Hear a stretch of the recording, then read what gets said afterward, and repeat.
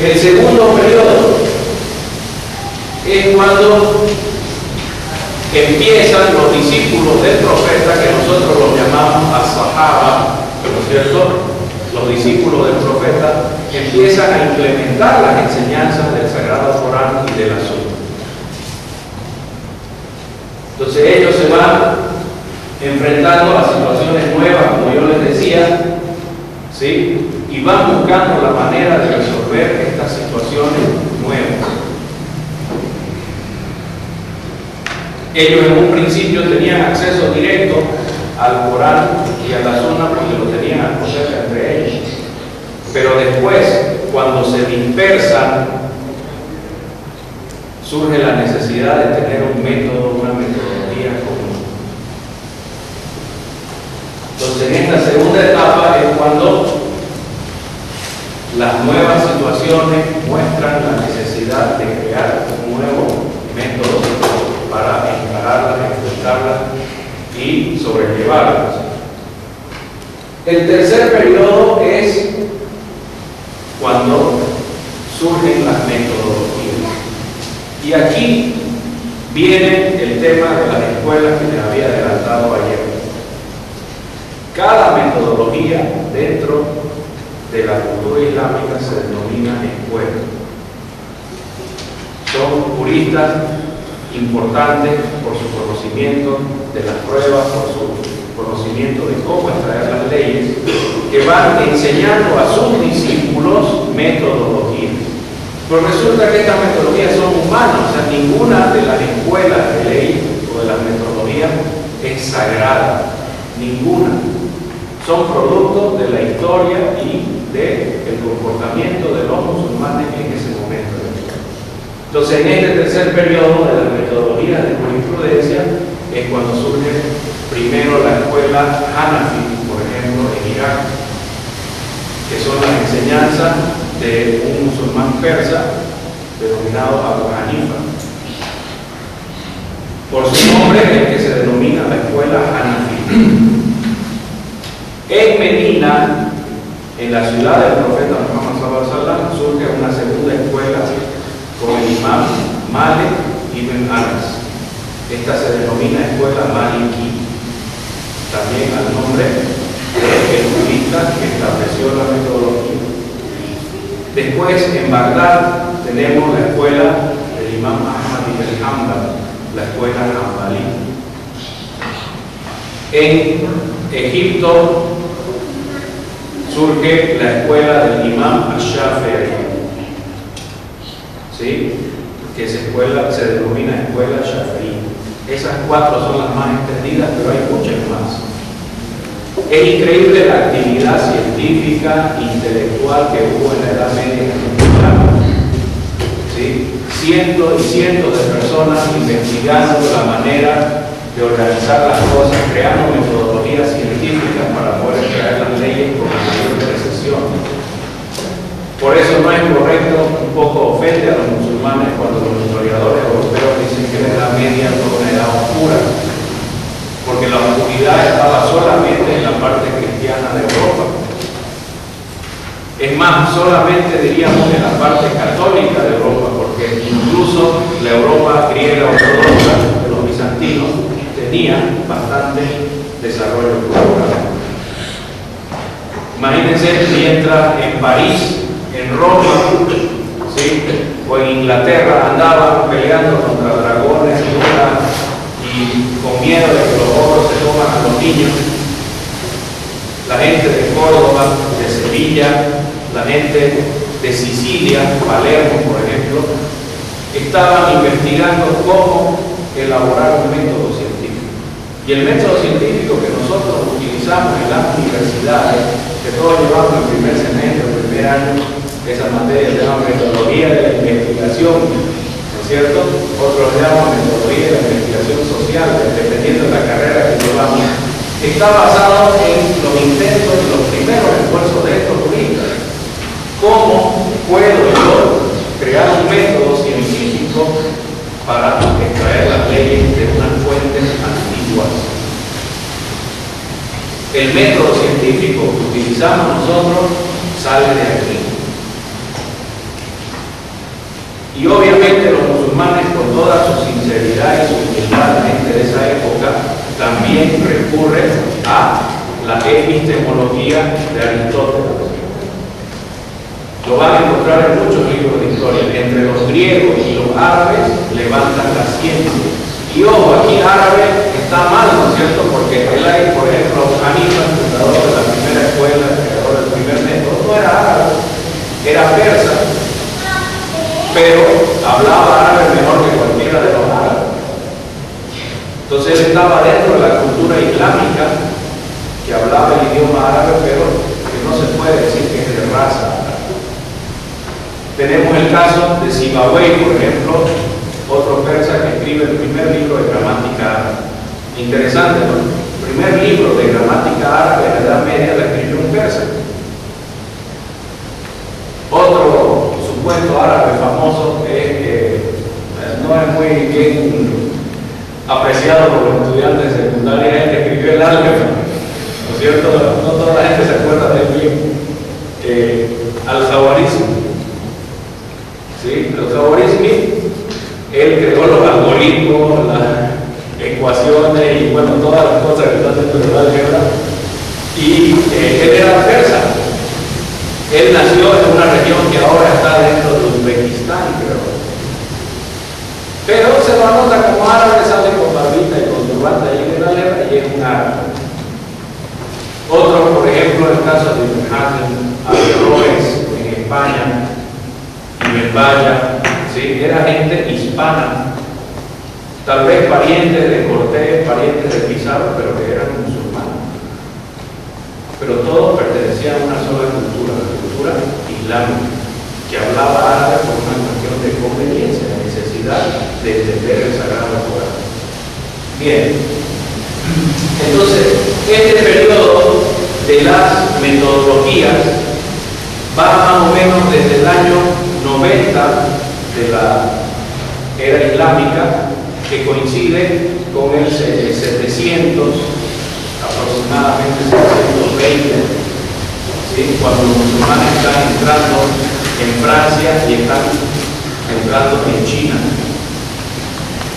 Empiezan a surgir estas metodologías nuevas que nosotros las vamos a denominar escuelas, porque eso es, rápidamente se establecen universidades en el mundo islámico. Como ustedes saben, la universidad más antigua del mundo, ¿sí?, que está en el mundo islámico, es la Universidad de Al-Azhar en el Cairo.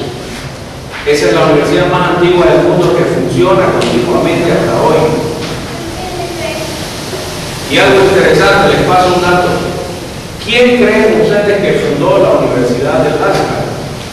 ¿O de dónde era esta persona?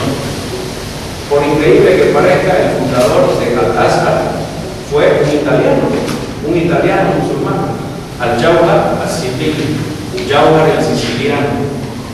Entonces, el mundo islámico era cosmopolita, se mezclaban todas las razas, no había ningún problema.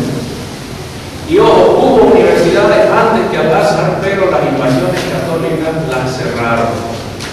La Universidad de Córdoba es mucho más antigua que la de El Cairo, pero cuando llegaron los castellanos a Córdoba se cerró la universidad y la quemaron, ¿cierto? La Universidad de Sevilla, la de Valencia. En Sicilia hubo varias universidades. Dice que los musulmanes italianos eran tan ricos que cuando se peleaban dos hermanos y no se querían encontrar en la mezquita, uno de ellos construía otra mezquita. Eran riquísimos. No sé, también la palabra mafia viene de árabe, viene de esa época, no sé cómo sería su riqueza. Pero lo cierto es que donde se van extendiendo los musulmanes, existe una mentalidad así científica, racional, de sistematizar las cosas y aprender de la naturaleza y de la revelación de Dios. Los primeros comunistas, aparte de ser personas que estudiaban las ciencias de la religión, eran científicos destacados en otros campos. El imán Malik, por ejemplo, era un famoso astrónomo que tiene libros de astronomía. Ojo, no es lo mismo ser astrónomo que astrólogo, ¿cierto? Se mandaba como comunista él era el telescopio y mirar hacia arriba. El imán Abu Hanifa tiene trabajo también de dialéctica. El imam Shafi'i era un conocido experto en el idioma árabe y la poesía, la literatura. Y así sucesivamente, ¿no? El imam Ahmad ibn Hanbal era también teólogo. Entonces eran personas que a la vez que destacaban en la ciencia de la religión, destacaban en ciencias profanas o mundanales, como lo podemos llamar, que para el musulmán son también importantes. Entonces las metodologías y las escuelas de ley del Islam aparecen en una época en que el Islam era la civilización más rica del mundo. Las ciudades más grandes del mundo estaban dentro del Estado Islámico.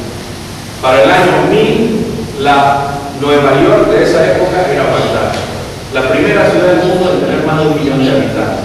Imagínense, o sea, la primera ciudad donde hubo que lidiar con millones de personas. La única que se le acercaba un poco en tamaño era Córdoba, que también era una ciudad musulmana, Constantinopla, que estaba con los griegos ortodoxos, ¿sí? Y Pekín. Se le aproximaban a los demás. Pero, como les digo, Bagdad era líder en el mundo. No sé si alguno conoce la palabra atavío. ¿Han oído hablar de atavío? Fulano se vistió con su mejor atavío. Es una palabra castellana, se escribe con B chica, atavío, la pueden encontrar en el diccionario. Atavío es ropa elegante, ropa lujosa o la ropa tradicional, digamos, de una familia o una región. Pero yendo a la etimología de esta palabra, resulta que atavi es una familia de empresarios de Bagdad. ¿Sí? Esto lo saqué de un diccionario inglés, porque en inglés también está la palabra ataví. Y esta familia de empresarios era tal vez de los primeros pioneros de la globalización. Imagínense, 1000 años atrás, estos señores, lo que es llevar el comercio en la sangre, ¿no es cierto? Estos señores iban y compraban seda de China en grandes cantidades. Incluso importaron la tecnología al Medio Oriente para producir la seda y lograron sembrar lo que comen los gusanitos y criar los gusanitos. Aparte de eso, en Bagdad tenían grandes factorías donde miles de personas trabajaban fabricando ropa en cantidades industriales, principalmente ropa de seda, ropa de lujo, y le ponían ahí su marca, ¿no es cierto? Pero no como los brasileños que ahora dicen, no, made in USA, 100% algodón. Ellos le ponían atavi y esa ropa llegaba a Europa y la vestían los reyes, la vestían los nobles, los príncipes, los hijos curas. Y de ahí es de donde viene atavío. Así como nosotros decimos colgate, colino, en vez de decir dentifricio, decimos hace en vez de decir detergente. En esa época hacían atavío en vez de decir ropa lujosa. Tanto así que la palabra pasó a significar ropa elegante, engalanada, para vestirse bien. Entonces es natural que surjan distintas escuelas, ¿sí? Fruto de la riqueza cultural del mundo islámico de esa época. Les mencioné yo 4 escuelas, no vayan a pensar que son las únicas. En el Líbano aparece la escuela del imam Al-Tawri, ¿sí? En España hay una escuela que es medio extremista, ya desde esa época era el tratado gallego. Se llama la escuela literalista de Ibn Hazm, ¿sí? Donde se aplicaba literalmente el Corán. Ya, conocidos por ser extremistas en todo el mundo islámico, esa escuela, que siempre tuvo su centro en Córdoba. Ahora, que una escuela se haya desarrollado en una región no significa que toda la gente de esa región la siga. En el caso de Bagdad tenemos unas 50 escuelas funcionando al mismo tiempo. En Bagdad, como le digo, había unas 50 escuelas al mismo tiempo. En España no todos eran literalistas, ¿no? Si lo iban a poder aguantar, ¿no es cierto? Había malikis, había tauris, ¿sí? Y a la gente se la fue llamando por la escuela que seguía. Porque imagínense, cuando el profeta Muhammad sallallahu alaihi wasallam se dio cuenta que los árabes no sabían leer y escribir, tomó medidas radicales para provocar esta revolución cultural. Una de las medidas más radicales fue que a los mismos prisioneros de guerra, cuando se detectaba que sabían leer y escribir, se les decía: si usted le enseña a 10 musulmanes a leer y escribir, usted es libre. Esos prisioneros que enseñando a 10 musulmanes salían libres, ustedes lo vieran pues 10.000 veces más activos que los soldaditos y los cubanos, ¿no es cierto? Porque lo hacían por su libertad. Entonces era una de enseñar a leer y escribir por todos lados. Y así, gracias al esfuerzo del profeta Muhammad por la guía de Dios, digamos, es que los árabes dejaron de ser una nación de gente analfabeta. Y en 100 años ya la cultura islámica superaba a la cultura de los bizantinos, por ejemplo, y la de los persas. Entonces la gente, ¿qué sucedía? Este niño chiquito lo llevaban a la mezquita y ahí se le enseñaba a leer y escribir. La institución educativa principal del mundo islámico es la mezquita. Cuando había demasiados niños aprendiendo a leer y escribir y a memorizar el Corán, se tenía que abrir en el patio de las mezquitas aulas especiales. Y de ahí es donde surge la palabra universidad. En árabe, Jamia significa mezquita principal. Y la palabra universidad es Jamia, la misma palabra pero en femenino. Lo que sucede en el mundo cristiano después de las catedrales, las cátedras. La gente iba a la mezquita cuando se llenaba la mezquita y había muchos grupos haciendo cosas diferentes y todos haciéndose bulla unos a otros. Los van sacando afuera y le van construyendo unos cuartitos y ahí tenemos la primera universidad. En este cuartito matemática, en este otro caligrafía, en este otro Corán, y así tenemos varias ciencias estudiadas en un mismo lugar. Existen relatos de cómo era la mezquita principal de Bagdad, hoy destruida, ¿sí? Y nos muestra claramente cómo los estudiantes iban de una clase a otra en un lugar diferente de la mezquita.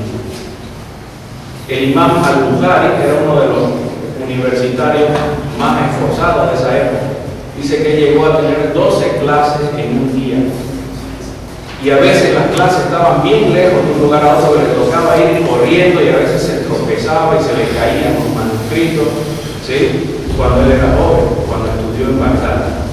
Entonces se ve que el movimiento científico, académico en Bagdad era terrible. Dice que había tanta sobrepoblación de cátedras que muchos eruditos tenían que irse a las aldeas de los alrededores. O sea, rebalsaron la capital. Bien, es tema para una charla aparte, esto del movimiento científico, académico, ¿sí? Pero fruto de esta situación es que surgen estas escuelas de jurisprudencia.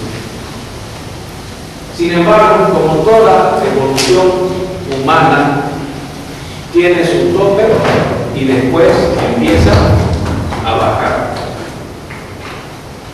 El periodo de lo que se llama históricamente el califato Omeya en Damasco y luego el califato Abbasí en Bagdad son el tope del desarrollo de las ciencias islámicas. Lamentablemente, en el año 1258 viene una aparente desgracia, digamos, para el mundo islámico, que después se tornó en una bendición. El principio de la desgracia era la invasión mongol. Desde las estepas del norte de China vienen miles y miles de jinetes prácticamente salvajes, ¿no es cierto? Y destruyen Bagdad. Queman la mezquita, queman la biblioteca más grande del mundo, sacan los manuscritos para hacer un puente. Necesitaban cruzar el Éufrates y hacer un puente con los libros más valiosos que había. Y Y no solo se perdieron libros de la cultura islámica, sino que también se perdieron manuscritos griegos, bizantinos, de todas las culturas, porque los califas de Bagdad era la gente que más apreciaba la cultura. Imagínense, eran personas que le decían a un erudito, por favor escriba un libro. Imagínense, el gobernante va donde este científico, este erudito, decía, por favor escriba un libro. No, que no tengo tiempo, usted sabe, yo soy pobre. Hay relatos de que los califas le ofrecían el peso en oro de su libro como recompensa. Y esos señores, estos gobernantes, son los que acumulan manuscritos, compran de la India, compran de Persia, compran del Imperio Bizantino. Las iglesias en esa época tenían problemas económicos porque el número de cristianos bajó terriblemente. Imagínense, Damasco, una ciudad con 150.000 cristianos, en 4 años ya no tenían cristianos. Entonces las iglesias empezaron a vender las bibliotecas que tenían, empezaron a vender hasta los lotes. La mezquita de Damasco era la iglesia de San Juan, pero los curas la vendieron porque ya no había quien vaya. Era una iglesia que los mismos curas la vendieron porque no había quien asista, y ahí se estableció la mezquita de Damasco.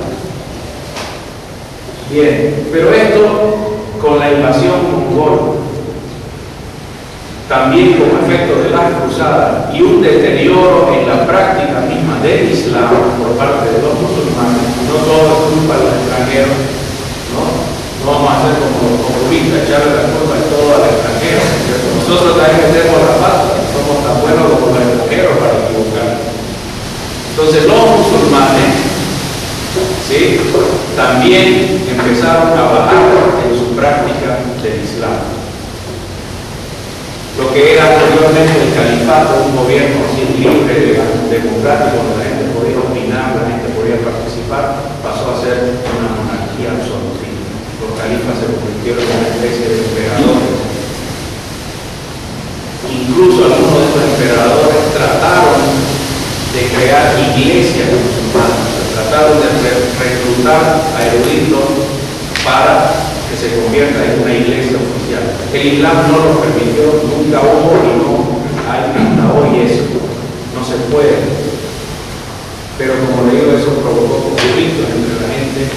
Gracias a Dios no hubo inquisiciones en el mundo islámico, pero sí guerra a discreción hubo por el poder, por la ambición de la gente de apoderarse de los territorios y eliminar a sus enemigos.